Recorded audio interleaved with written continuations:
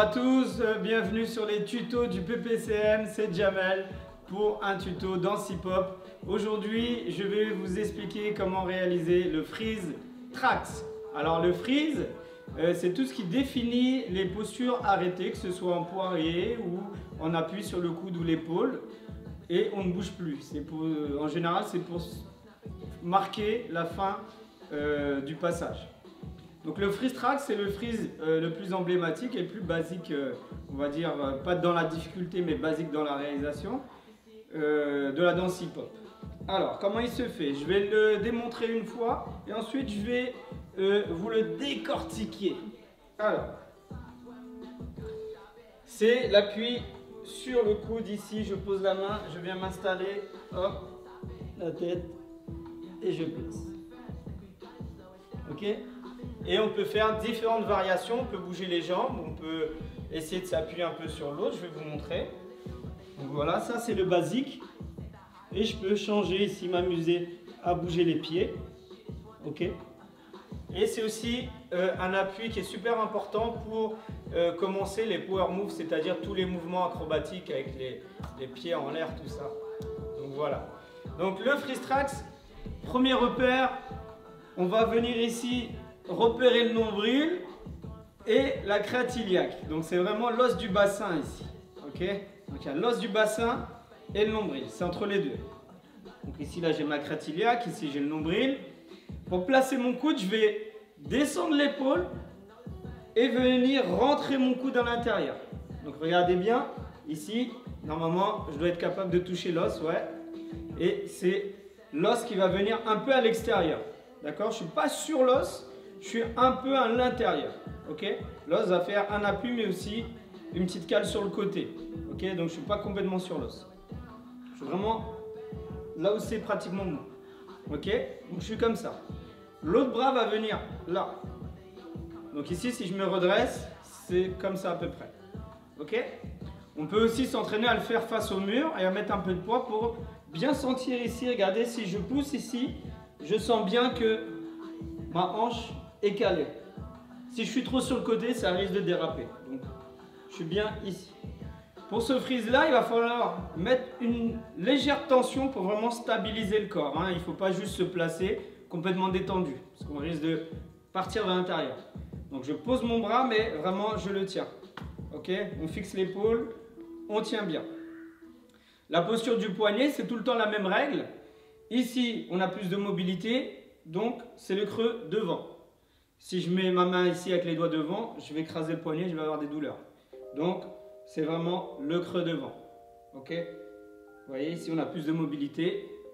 Et ici, je risque d'écraser au niveau de cet os-là. Donc, c'est pouce devant. Ok? Les doigts sont vers l'intérieur. Pas excessivement, sinon on va avoir le même écrasement de l'autre côté. On essaie vraiment d'avoir ici le pouce devant. Et ici, bah, il n'y a presque rien ici. Ok? Donc n'hésitez pas à faire des réajustements par rapport à votre appui. La deuxième main ici, c'est vraiment pour pousser. Et vous voyez, la poussée va venir permettre à la hanche ici de se soulever un petit peu. Donc, je vais pousser sur le bras et ça va permettre de lever tout ce côté-là. Donc ce bras-là, c'est solide ici sur la rotation. Donc je ne laisse pas mon bras aller dans tous les sens. Et ce bras-là, c'est solide sur la pression, sur la poussée. D'accord? Pour la nuque, c'est tête droite et un petit peu rentrée. On vient ici contracter, la tête va être comme ça. On essaie vraiment de ne pas relâcher le cou. Ok? Ni chercher la hauteur, c'est pas un freeze qui se fait en hauteur. On veut surtout pas avoir la joue en contact avec le sol. C'est très mauvais, regardez, ma colonne n'est pas droite. Si je mets du poids dessus, c'est pas super bon. Donc, la tête au contraire va venir résister sur le sol. Donc, on vient ici rentrer la tête et je suis légèrement ici, regardez bien, par rapport à l'oreille, je suis dans le coin en haut ici. Ok? Donc, ça va donner ça. Ok? Et vraiment ici, je résiste. Donc n'hésitez pas à revoir les tutos sur tout ce qui est échauffement. Toutes les informations sont dedans sur le poignet. Et voilà. Donc, comment je m'installe?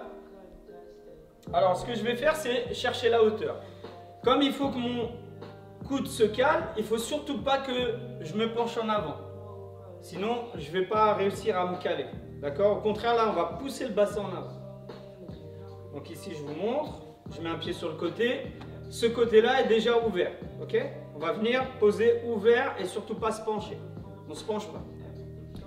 Je vais venir loin ici poser la main. Donc là, je vais me pencher, mais vous allez voir, je vais corriger ça. Je me penche.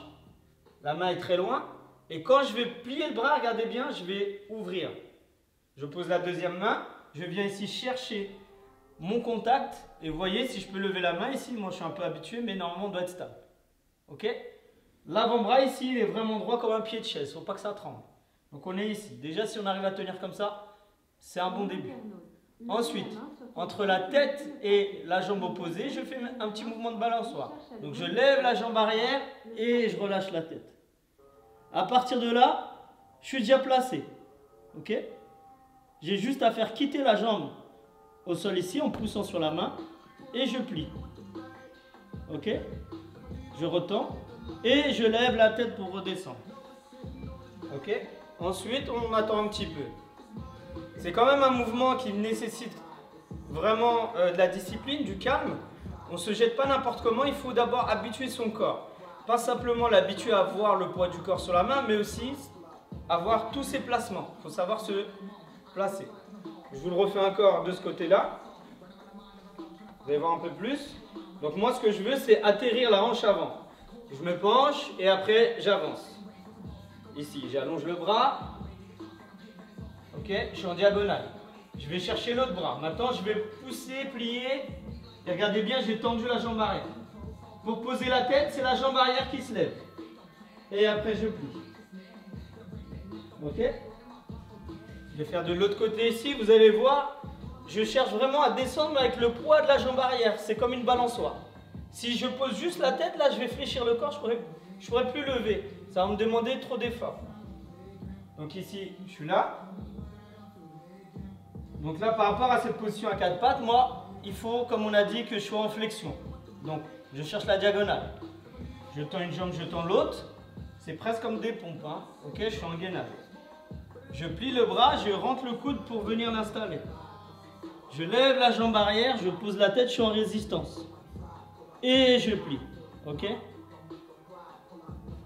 Je reviens, je redécompose dans l'autre sens. Quand je vais allonger ma jambe, je vais lever la tête pour redescendre. Ok? On essaie de vraiment être économique sur l'effort, de ne pas tout contracter. Tout ne doit pas être dans la force. On peut aussi utiliser des contrepoids, des mouvements de balance pour se désinstaller. Ce n'est pas tout le temps dans la lutte. Ok? Des fois, c'est juste dans le relâché, dans le balancement, dans le mouvement aussi.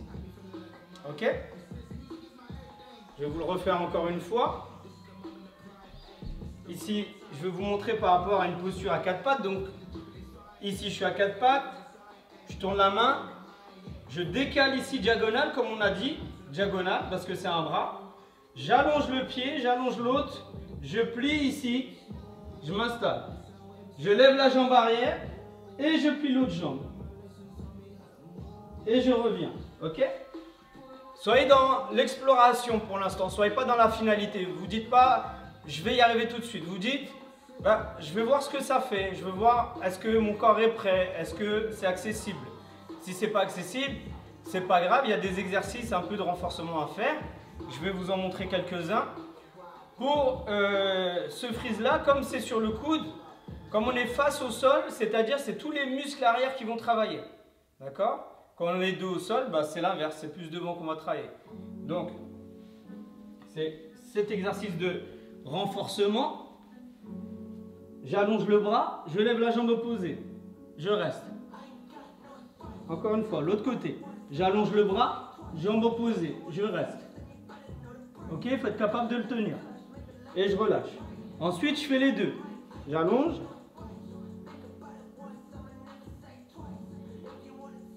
Et je relâche. Ok? Donc, un petit récapitulatif. Il faut que l'os de l'avant-bras soit vraiment à la verticale du sol. Sinon, il ne va pas me supporter. Il risque de plier dans un sens. On essaie vraiment d'avoir le bras au sol. La main est ouverte et elle est vraiment résistante. Je tiens bien le sol. Hein. Ok? Mon bras n'est pas tout mou. À partir de là jusque là, c'est maintenu. Ça ne bouge plus. Ok? Comme un bras de fer, ça ne bouge plus. Donc, je vous le refais. Ici. Je vais chercher l'autre main. J'allonge le pied là-bas. Je tends. Je plie, je pose. Je cherche. Je bascule, je plie. Et je relâche ici. Par rapport à une posture à 4 pattes, c'est la même chose. Je suis ici. La main qui va recevoir le poids, j'ouvre le poignet, parce qu'on a dit que c'est ce qui protégeait le poignet. Je décale le bassin pour ramener la diagonale. Je tends la jambe, je plie le bras et je rentre le coude pour qu'il vienne se placer. Je bascule avec la jambe qui se lève et je plie. Alors, un petit détail, c'est que ce freeze-là, il se fait non seulement en diagonale par rapport à la hanche, mais aussi par rapport au corps. Donc regardez bien. C'est pas les deux hanches qui sont au même niveau, j'ai une hanche qui est légèrement plus haute.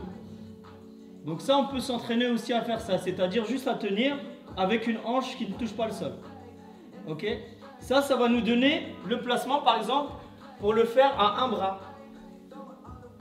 Ici, la diagonale ici, et après la diagonale que je vais nous montrer. Ok, ça permet de tenir parce que justement j'ai un côté qui est légèrement un peu plus relevé. C'est ce qui permet de faire un appui un peu plus stable. C'est un peu comme sur mes pieds, regardez. Si je veux tenir plus sur un pied, je ramène l'opposé ici et j'ai plus de poids là. Ça va être à peu près le même principe. Ok? Donc là je vous ai donné à peu près tous les outils techniques, théoriques pour y arriver. N'hésitez pas à m'envoyer des petits messages si vous avez un peu de mal. Échauffez-vous bien, soyez dans l'expérimentation, le test et pas la finalité. Ok, vous avez encore le temps de réaliser plein de belles choses, vous avez déjà réalisé plein de belles choses. Donc prenez soin de votre corps, allez-y doucement et intelligemment essayez d'intégrer toute la théorie pour la mettre en pratique. Je vous remercie, je vous dis à bientôt.